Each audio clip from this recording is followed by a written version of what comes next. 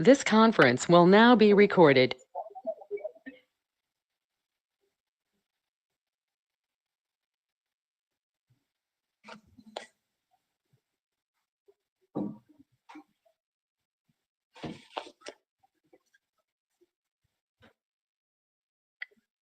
Hello, Mr. Pradeep Gatre. Hello, Gaurav. Can you hear me?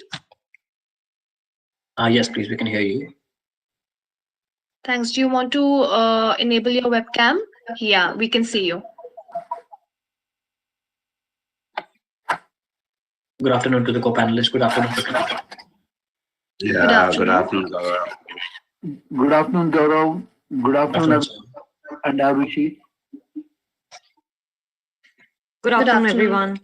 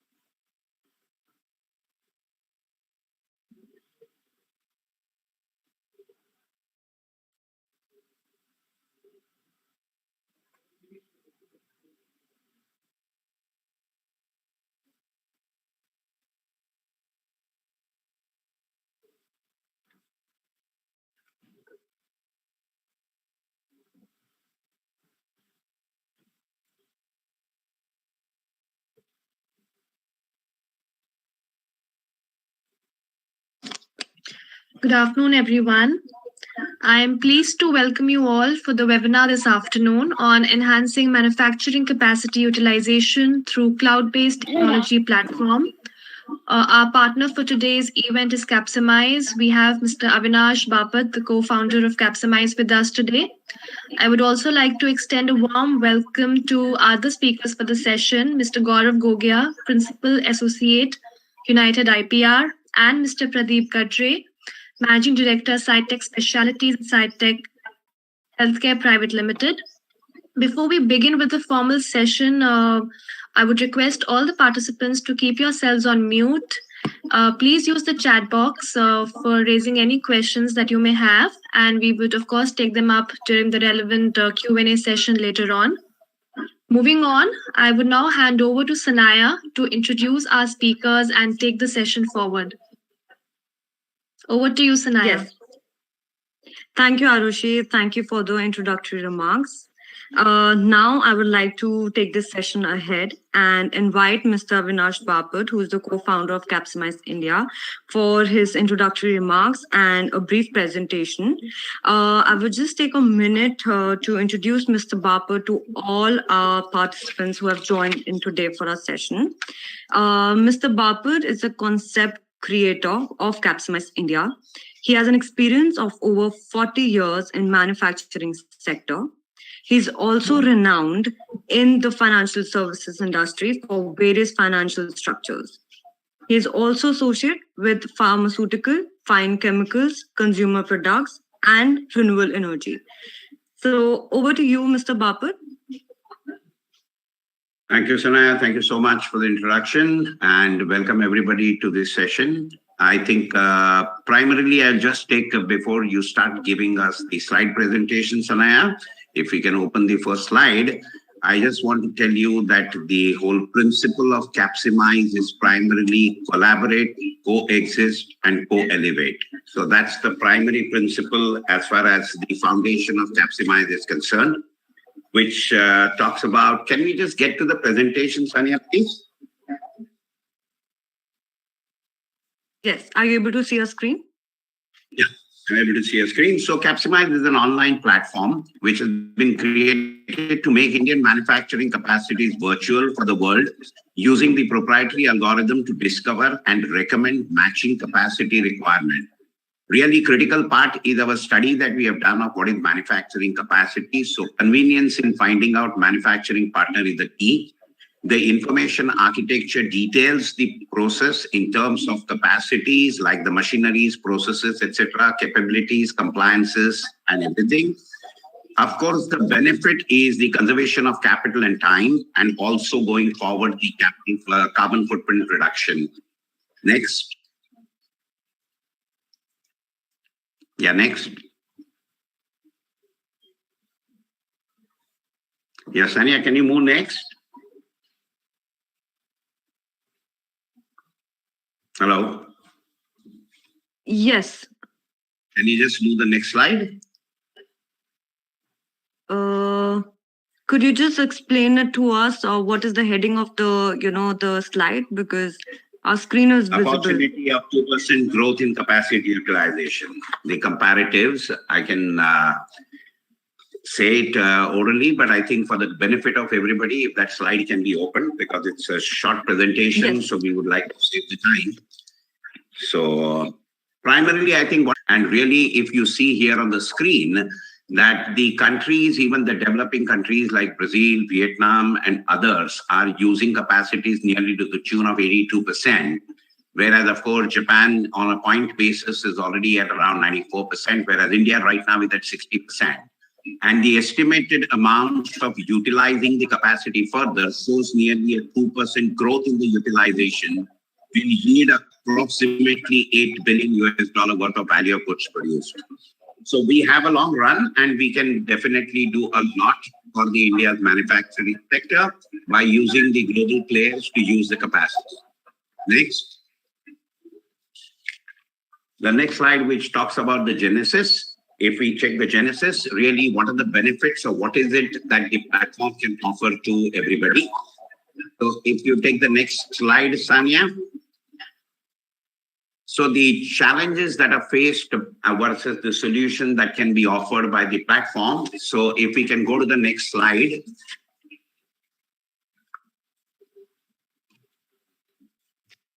Can we go to that Yes, slide? Mr. Bapat, we are at the Genesis slide. I think there's a screen lag. So, yeah.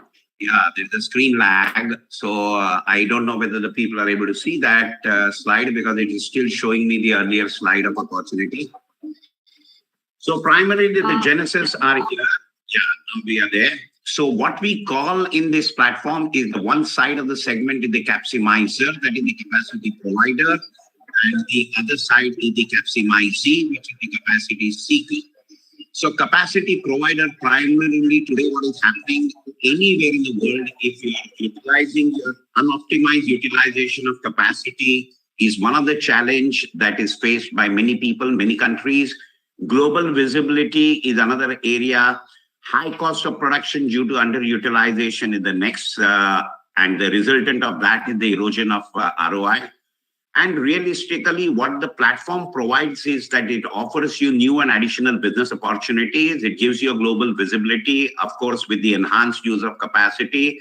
It gives you the cost competitiveness and improve the returns on your invested capital. Similarly, for a Capximize situated anywhere in the world, I think that the big on manufacturing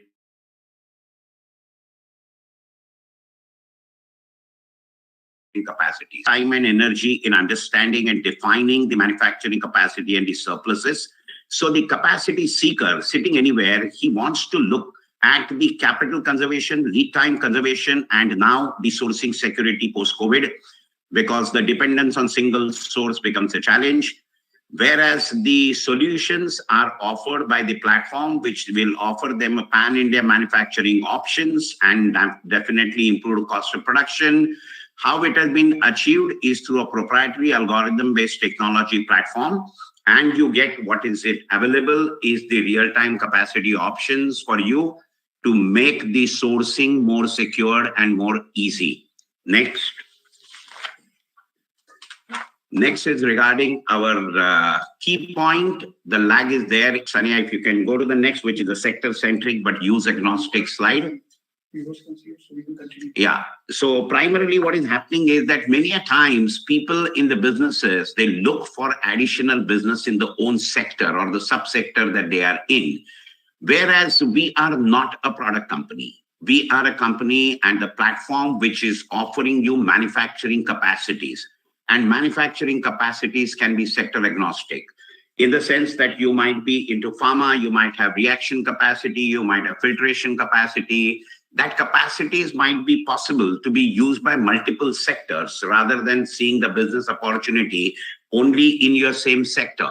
So I think here is the main important point or a distinction feature of this platform vis-a-vis many others, because we are not restricted to product. We are looking at manufacturing capacity and the surplus manufacturing capacity. Like here, you can see in case of, say, auto components and you're into a business of casting, it is not necessary that you have to see a business opportunity only in auto component. The platform can offer that capacity in casting to multiple industries. And that's the beauty of this platform, that we can give you additional business opportunities in multiple sectors and not limited to your sector. Going forward, where we are, we have already launched ourselves. We have already have the members and the corporates who have registered with us, who have uploaded their capacity details. We have Capximizes who are looking for capacity on a pan-India basis, the manufacturing capacity. Happy to share that more than 65% of our registered members have offered manufacturing capacity details, and 35% of the members are seeking pan-India manufacturing options.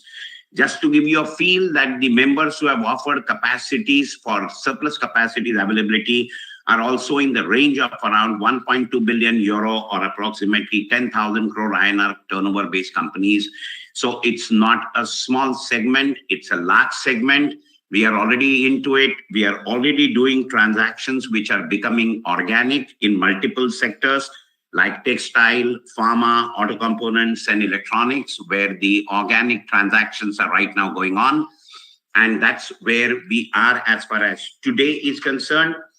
And next is really quickly taking forward, because Sania had given us 5 minutes time, so I want to be very, very brief.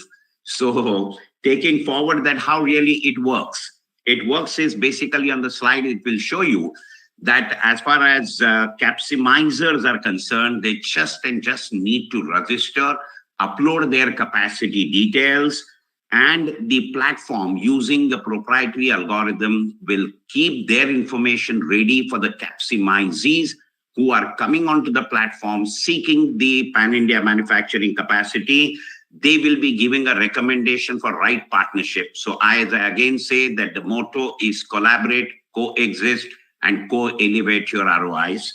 So the UI UX also has been designed in such a way that it's very, very user-friendly. It doesn't take you too long a time, even by way of sector, subsector, processes, but most of the information is parameterized. So it takes hardly any time for you to upload your details.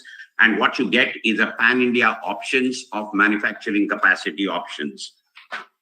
The features of the platform, if I take the next slide, so the features of the platform also very clearly show that our criteria has been security, our criteria has been confidentiality, our criteria has been speed, our criteria has been UI UX, and the security features all the time have encrypted database, firewall, tenant-based design, OTP validation, plus every time when you enter the platform, you get your OTP confirmation requirement through your mobile phones as well as on your email. And the proprietary algorithm-based recommendations will help you. We are also using the AI. We are in the process of implementing ML. So with the AI, you will be in a position to get a quicker and a faster recommendations, and which are available 24/7 to you. The uptime is 24/7, being a cloud-based platform and a cloud-based infrastructure. So the platform features are here. And the next slide, which is my last slide for a quick presentation, and that's the ecosystem participants. What happens is that all the time, if you want a transaction to get done on a platform, you need ecosystem partners. And we have designed the ecosystem partner, which includes everybody, like the chambers of commerces, the manufacturing association, the legal firms, the banking sector, the logistic companies. So due diligence agencies, all of them are empaneled on the platform. So it is much easier for you to have a transaction concluded, which is in effect a long-term manufacturing capacity underwriting. So realistically, what we are offering it to the Indian manufacturing sector is the visibility and additional business. And what we are offering to the Capximizees, whether they are domestic or global players, the ease of information, convenience, reliable knowledge-based information creation, and at the same time, the proprietary algorithm giving you a real-time pan-India manufacturing options. So that's the whole genesis of Capximize. And I would genuinely thank the Indo-French Chamber to give us this opportunity to present ourselves to the audience here. And I would leave it for Sania to take it forward for her comments and the next part of the session. Thank you, Mr. Bapat. Thank you for your remarks and presentation. We will now move on to the panel discussion. We have an esteemed panel with us today. And before we begin this formal session, kindly allow me a minute to introduce all our speakers to the panel. First, we have Mr. Pradeep Gadre. He's the Managing Director in Skytech Specialities and Skytech Healthcare Private Limited. He's also a president of Cypex Inc., which is based out of USA. Thank you, Mr. Pradeep, to joining us for this session. The second speaker we have is Mr. Gaurav Gogia, who is presently a principal associate at United IPR with a post-qualification experience of over a decade. He has been responsible for advising, drafting, and negotiating with internal and external agencies globally. This panel discussion will be moderated by Mr. Avinash Bapat itself. And now we will begin with this session. Over to you. Back to you, Mr. Avinash Bapat. Thank you. Thank you so much. Thank you so much, Sania. And thank you very much, both Mr. Pradeep and Gaurav, for joining in. Just for the general reference, Pradeep right now is sitting in the West Coast of the United States enjoying this discussion. So thank you very much, Ms. Gadre. And to start with, I think, Mr. Gadre, for the benefit of everybody around here, Just wanted to understand from you that what are your views in terms of growth outlook for pharma sector, both Indian and global market? Particularly, it has become very relevant post the pandemic. And what are your views in terms of the sector to begin with before we move to other questions? Thank you, Avinash. Thanks for the chance to express myself. And thanks to Indo-French Chamber also for inviting me for this seminar. Now, to be specific, Avinash, Indian pharma sector has moved from a importing sector to exporting sector.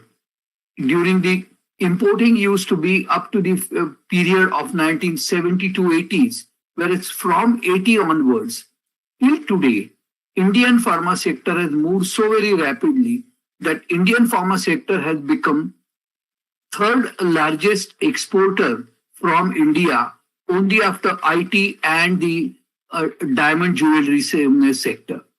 Now, if I can be allowed to have the slides, then it will be easier for me to even present the exact case as to how the movement and what is happening as far as the Indian pharma sector is concerned. May I have first slide, please?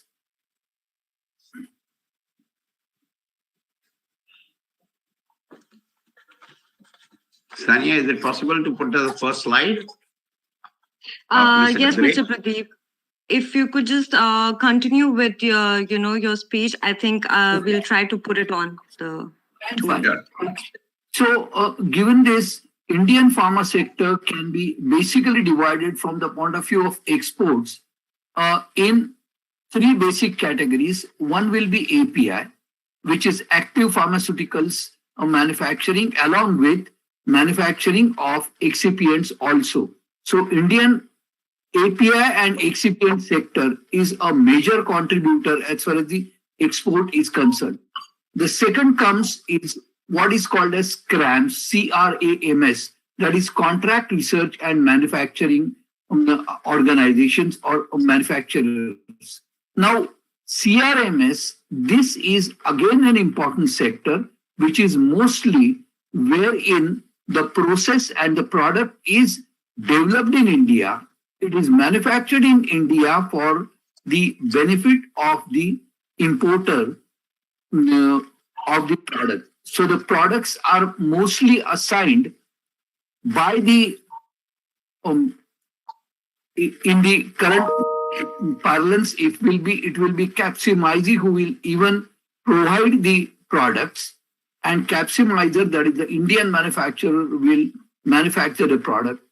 And the next becomes the formulation or the generic manufacturing sector, wherein generic manufacturing sector basically works it out that they manufacture the product, mostly which are generic products, for the various customers, that is Capximize, who would like to utilize the capacity.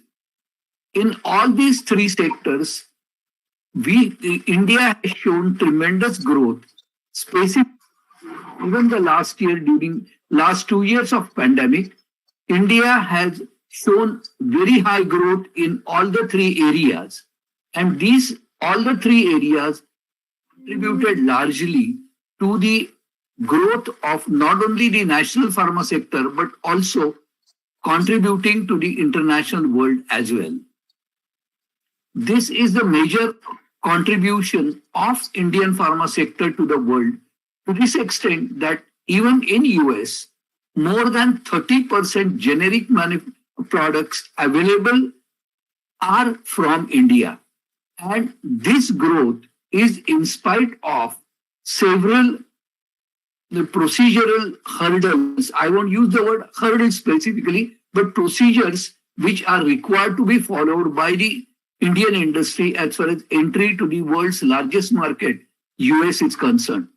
There are several fees which are imposed also, like the fees like GDUFA is also introduced. Then plants are required to be approved by the specific authorities in both EU as well as in US, which accounts for the largest pharma export markets from India, and also product registration processes, both for APIs, excipients, as well as formulations. So in spite of this long journey, Indian pharma sector has done exceptionally well as far as contributing to the national exchequer, as well as providing most cost-effective pharmaceuticals to the world market. So this sector is going to contribute large to the world market as well as to the Indian market. I think these slides are not the slides. These slides, I think, pertain to Mr. Gaurav. What we are not able to see it, so I don't know really what is it. But nonetheless, I think Mr. Gadare, firstly, thanks for giving this kind of an overview. The second point that I wanted to check with you was, the capacity addition, manufacturing capacity addition, various schemes which come up. But realistically, according to you, what really is required in terms of constraints for capacity addition, and at the same time, a platform of our kind, which can be a facilitator for this. So what, according to you, really are the constraints when you want to expand your manufacturing capacity, either in the same country where you are or in the different parts of the world? So according to you, what really are the constraints?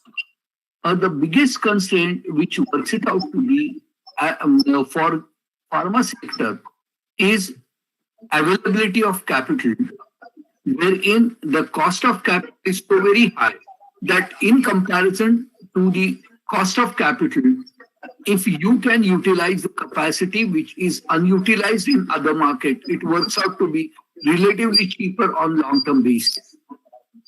In India, basically for API sector, the capacity utilization is to the tune of 40 to 45% only, meaning that these Indian manufacturers are basically capsimizers.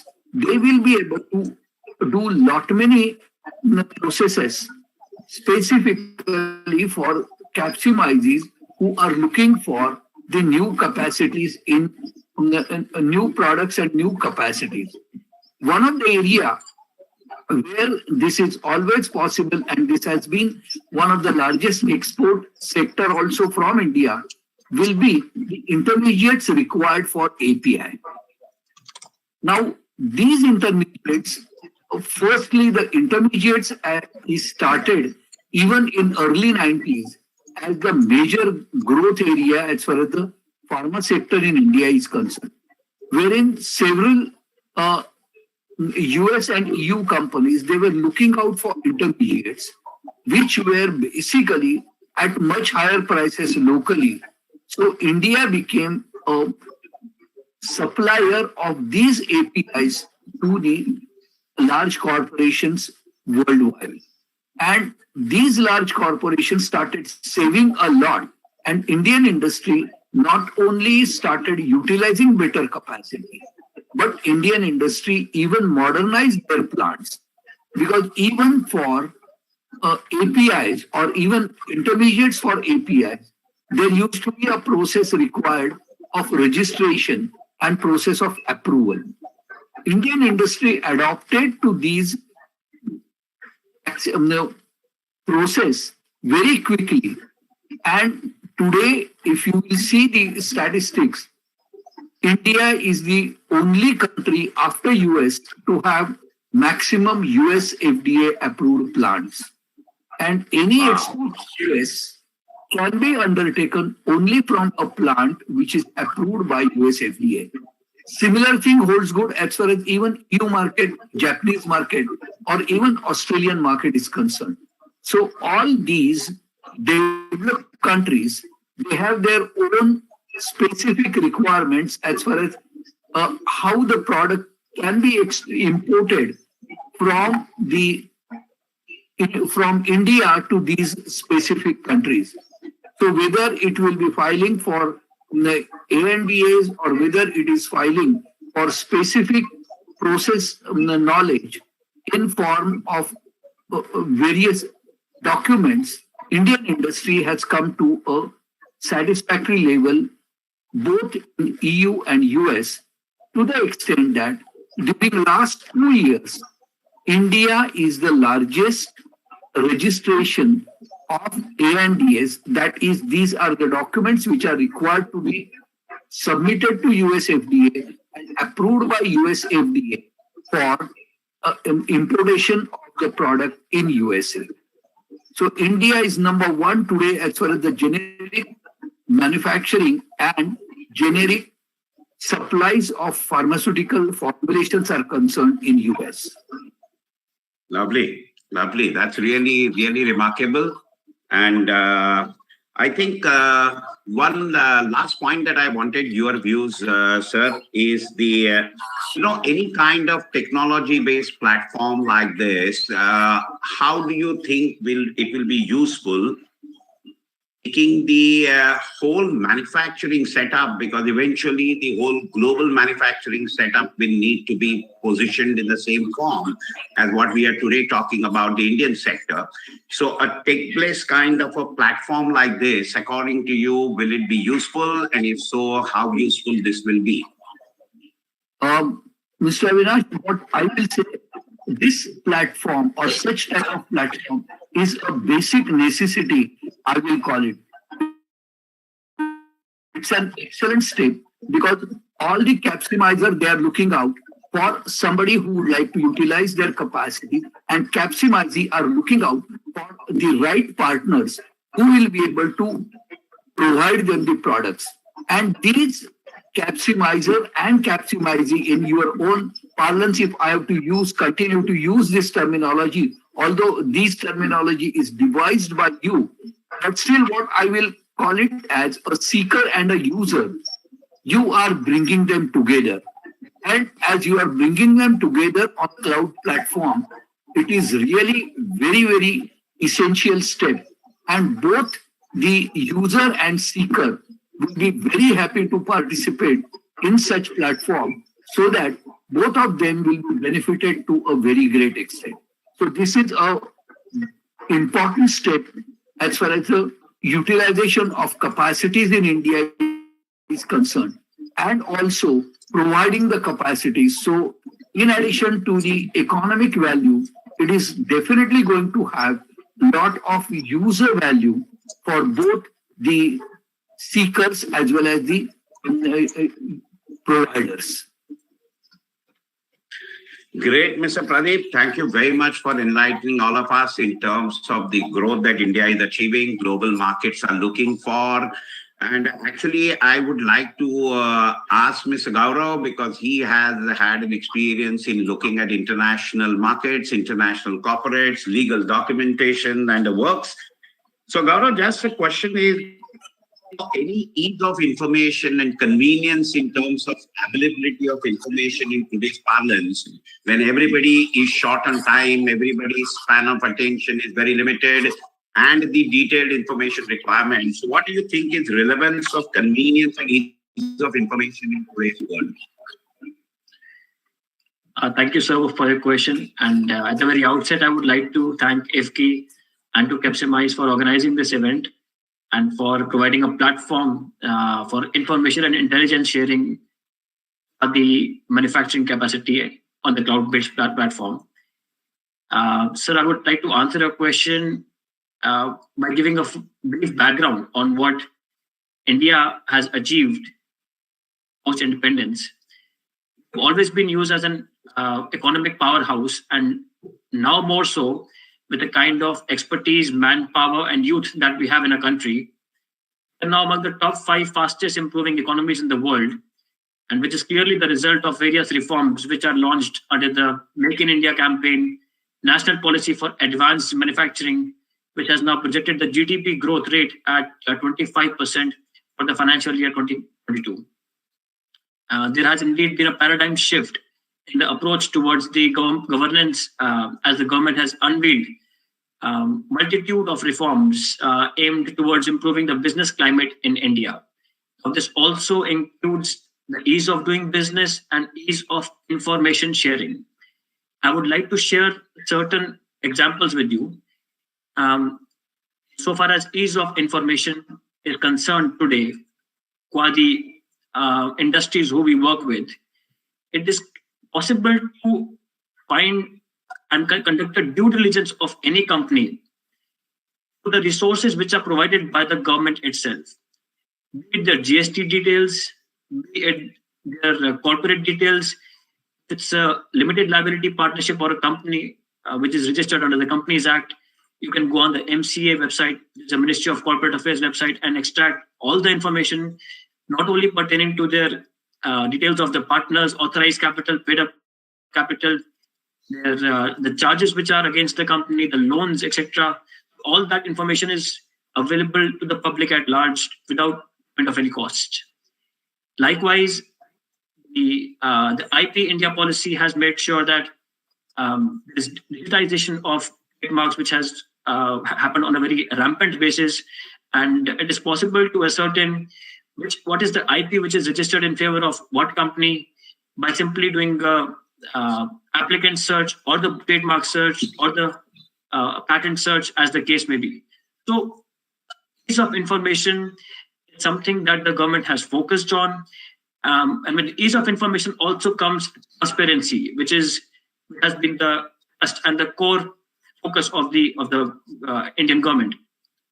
In this recent ease of doing business rankings which are released by the World Bank, although India is at 100th spot, which indicates that there are efforts make India as a manufacturing hub, and I'm sure it will bear fruits. Still, there are few challenges which we need to deal with in order to help India to continue its glorious run. We have come down from 135th spot to 100th spot now, and there's policy for startups and micro, small, and medium enterprises, which is introduced by the Ministry of MSMEs. Various IP, tax, and other incentives which are provided to the Indian manufacturing hubs.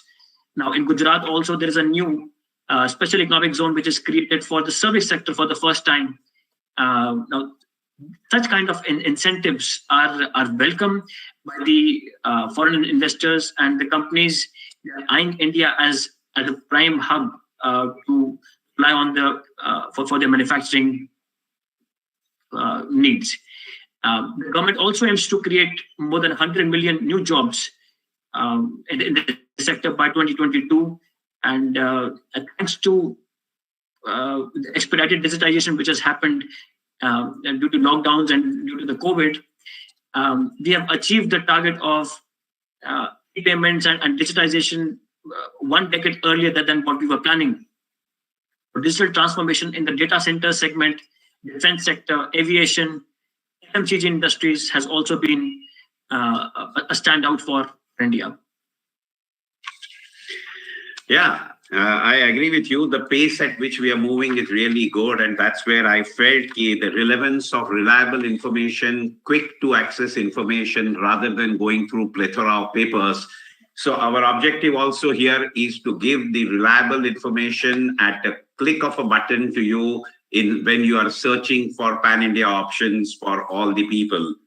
Like, I think what you're saying, just to take this point forward, particularly in view of the global pandemic that we have gone through over the last couple of years, I think how far do you think the sourcing security or the manufacturing location being multiple, is it relevant to the global community and large corporates world over? And what's your view on the sourcing security, which is like a global threat? At the same time, it's a great opportunity for a country like us. So your views. So when you talk about global security, I cannot help myself but draw a comparison here with China. Because in terms of the demography, in terms of population, and in many other aspects, we are compared with China, and we are expected to grow at their pace. Though it is estimated that to be where China is today, it will take about 3 to 4 decades for us to reach where they really are today in terms of its manufacturing facility.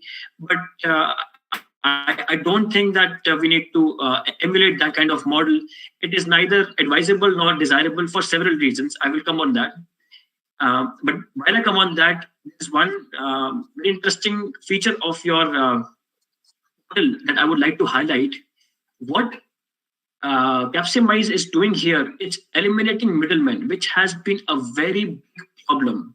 Now, China, if you see, there are several barriers.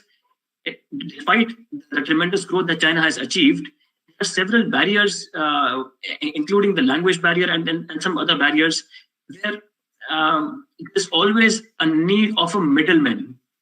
Now, what I feel, a point that you have not addressed here, is you will eliminate that middleman, and the seeker and the user, they'll be able to, the Capximizer and the Capximize, as you can say, they'll be able to have a direct contact, which is very important. It is very important. I'll give you some examples here.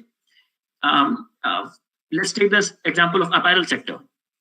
So we look at apparel manufacturing, of course, we look at China, and then we look at Bangladesh, and then we look at India as well, for textile manufacturing, for clothing, garments, apparels. So difficulty with both Bangladesh and China that a lot of investors have is a direct contact with the manufacturing unit, a direct contract with the facility, or direct contact with the owners who are running the show. So that is where I think your platform will really bridge the gap, because due to the presence of that middleman, there are various issues which crop up. Stock lots, supply, excess lots, excess supplies, and there are issues of parallel imports, there are issues of counterfeit goods.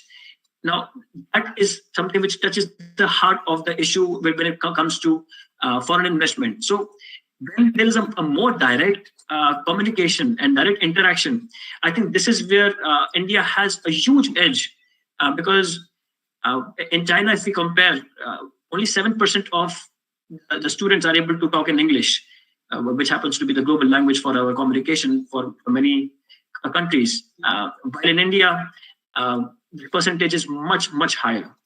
So I think this is where we win over China, and it's important to draw this comparison because of the kind of platform that you're offering. But still, issues that we are facing with respect to the supply chain, lack of the state-of-art manufacturing facilities, the logistical issues pertaining to child labor, etc. So these issues, once we are able to eliminate, and we actually are addressing these issues. And when it comes to these, since I'm giving the example of apparel and the textile sector, another aspect is the environmental issues associated therewith. And that, I think we'll take it later when we talk about the reduction of carbon footprint. But that is also an issue which the industries are cautious of. The concern, though, remains with respect to identifying India as not only a manufacturing hub, but also a hub where the IP issues are quite rampant, which is highlighted in the 301 report of the US, which was released just 2 days back. I was going through that report, and there were more than 40 physical markets and more than 30 online marketplaces which were highlighted in India. Though China remains on top, it's far ahead of India when it comes to these IP issues. But I'm sure if we are able to eliminate these issues as well, we'll be a preferred destination for a lot of foreign investment. Lovely. You touched a point very, very close to my heart as well, is on the carbon footprint, because I think logistic and movement of goods, if you are manufacturing in, location X, and when your market is in location Y, I think logistics, not only the cost, but even the emission and the carbon reduction is something that we are looking at seeking, that is make where your market is kind of a concept, and improve the carbon footprints, which are otherwise a big concern for the world at large. So I think you have touched that point very, very importantly. And if you want to elaborate something on that, I'm more than happy. And so go ahead, Gaurav. So environmental practices is something we need to inculcate in our system. In fact, you'll be surprised when I share with you. So there is this first school of denim, which has recently opened in Himachal Pradesh, where the entire concept is on sustainable garment manufacturing, sustainable denim manufacturing, which leaves zero carbon footprint. So these kind of efforts are being undertaken in India, which I think need to have some sort of platform so that they have a better outreach to the West, and they know what India is capable of and what India is actually doing in terms of the best practices for reducing the carbon emission. Again, I'm helpless, but I have to draw a comparison with China here, because that is where we are competing, and that is where we have an edge over. Statistics I would like to just share with you. With respect to the management at the territorial borders, we have been doing fantastically by reducing the dwell time and by facilitating the ease of doing business. Logistical performance index, where China scores a 3.32, India has a 3.17, and we have come up from 2.58 to 3.17, which is a remarkable shift and remarkable progress. China's main activities are primarily still into the electronics and consumer products, which represents 43% of the revenue, which is followed by textile and garments, representing 12% of the revenue. India, on the other hand, is heavily relying on the agriculture manufacturing and then apparel manufacturing, which constitutes the major chunk of its manufacturing and exports. So, we are still in the transformation phase from dominantly an assembly country, where we are assembling to a fully self-contained manufacturing country. So that is something that we are progressing to, and during this progress, there is emphasis and there is a caution to make sure that we are not damaging the environment and leaving significant carbon footprint. That's my brief overview. I have a lot more to share on the IP side or on the legal repercussion side, which may arise out of the use of manufacturing facilities, etc., which I reserve my comments unless I'm specifically asked to address. Yeah. I agree with you, Gaurav. And yes, of course, the points that differ so far, I think keeping in mind the directives given by Sania, I'm trying to moderate the session in such a way that we are left with the right time and we are concluding within the right time. But having said that, I think just one point is that the sectors that even we are looking at as a country and where we are looking at to grow further and further is, I think most of them you have touched, because Mr. Gadre has touched on pharma, you have touched on textile, electronics, we have touched on specialty chemicals, you touched on, the areas of this kind where there is a substantial amount of manufacturing facilities which are available globally also.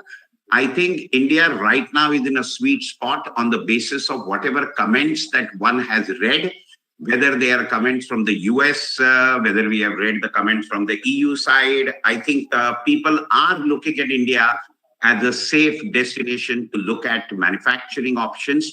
And Gaurav, your point well taken, as well as Mr. Gadre's point, whether it is pertaining to IP, whether it is pertaining to documentation, whether it is pertaining, and we are also trying that as exhaustive information as possible is provided by the platform to the seekers as well as to the givers. And we are hopeful that the world over players who are looking at multiple manufacturing options will be able to use this information, this deployed capital. You can call it as, circular economy, utilizing the resources to the full, or you want to call it from whichever way. But yes, we feel that the deployed capital should be utilized fully to improve the ROI. No business is done without the consideration of ROI. And I think for anybody to have a cost competitiveness is only and only to upping your capacity utilization and getting the marginal costing for increased production. So I think, Sania, we are in time for completing the panel session, if I may say so. And if you want to take over, please take over. Right. Thank you, Mr. Bapat. I think it was a very valuable and very interesting panel discussion that we've had just now. I think I just would like to ask the participants, in case they have any questions or any queries for our panel. You can go ahead and unmute yourself and ask the question.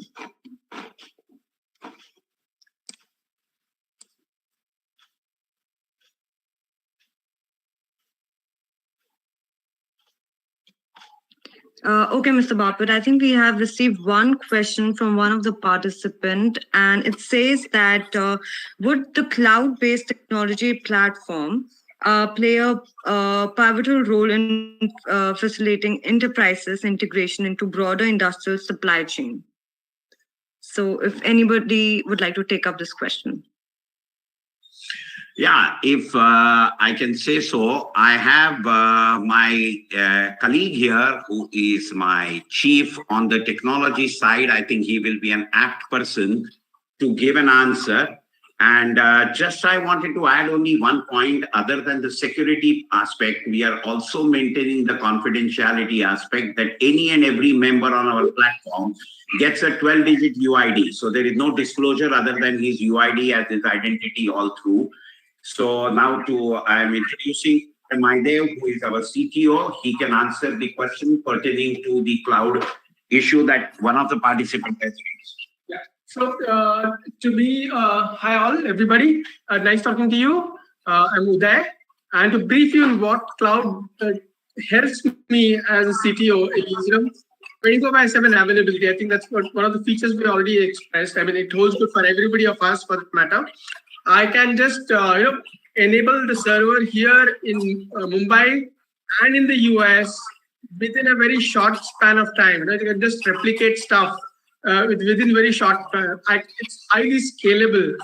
Okay, and then the security factors also critical, which are taken care of inbuilt into the setup. Of course, we need to configure it accordingly. But these are the very two key points. One is the scalability, one is the availability, and third is the security, of course, which is the most important. These are easily enabled on the cloud, and it is the game changer in the entire process to make the platform available to the world. That's a brief answer from me.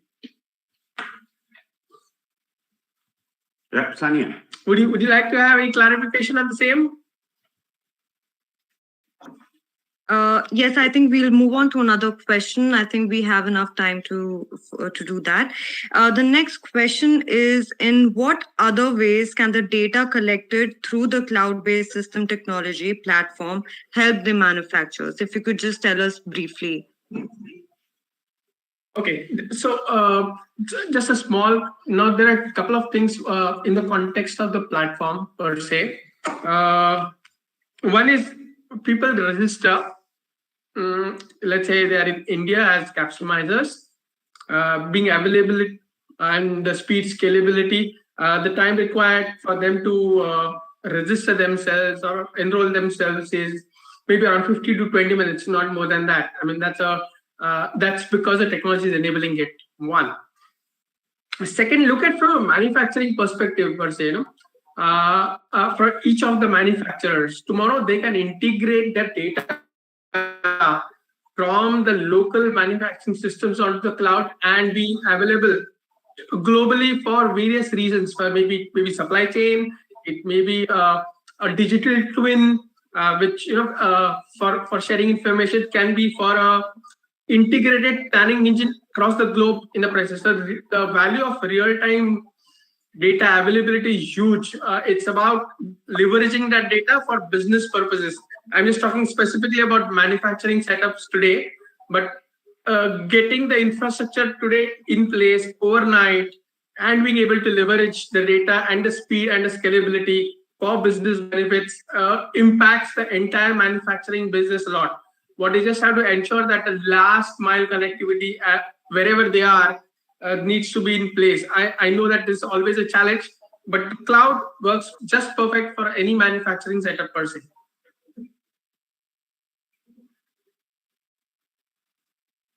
Okay, thank you. I think in case we don't have any more questions, can I have just last few lines from each one of you, just for the conclusion remarks, starting from Mr. Gogia. Thanks, Raya. So it's a very interesting based platform which is being introduced. We hope there are more such platforms which enable, and there is more availability and awareness on such platforms, because the issue which touches the heart of this discussion is the bridging the gap between the seeker and the giver. So there is actually a huge potential which is untapped, unutilized, and needs to be exploited to its fullest potential. Once we are able to do that, we are heading towards more progress in terms of an economy as a whole. There is no dearth of labor, raw material, or machinery. Like the 4 M's, as we say, we used to do in school. We have all the 4 M's which are requisite for the success and for the growth. It is only about enabling the micro, small, and medium enterprises to have an outreach to the seekers, that this gap can be bridged in an easy and effective manner. Thank you, Mr. Gogia. Over to you, Mr. Gadre. I'm in this pharma industry for over last 38 years. And although all the manufacturers are looking out for who is willing to buy, there was no platform which was available. And this Capximize is the platform which is certainly going to help the Indian industry as well as world industry to utilize the capacities created and the capacities required, both for the benefit of each other as well as for the benefit of world by reducing the carbon footprint, because that has been the objective of everybody over the world today, and specifically in our country, where we are having ambitious targets to meet these international requirements. So this platform is certainly going to help both the world as well as for the Indian manufacturers. Thank you, Mr. Gadre. Over to you, Mr. Bapat, for your final views. Yeah, thank you. Is that elimination of the middleman and connecting the seeker and the giver together on the cloud-based platform. And I think that we are hopeful that we are able to reach out to the world at large and try and convert the manufacturing capacity into a virtual platform where you can produce what you like in which territory of the world you like at a click of a button, so you conserve your capital, conserve your time, and improve your ROI. That's what I would say. Thank you, Mr. Bapat. I think we are right on time to actually conclude this webinar. I hope all the participants found it useful and insightful. We thank Mr. Avinash Bapat for his commendable efforts and to share his views to our FK members and through this platform itself. Thank you, Mr. Gaurav Gogia and Mr. Pradeep Gadre for joining us and sharing your views on this topic.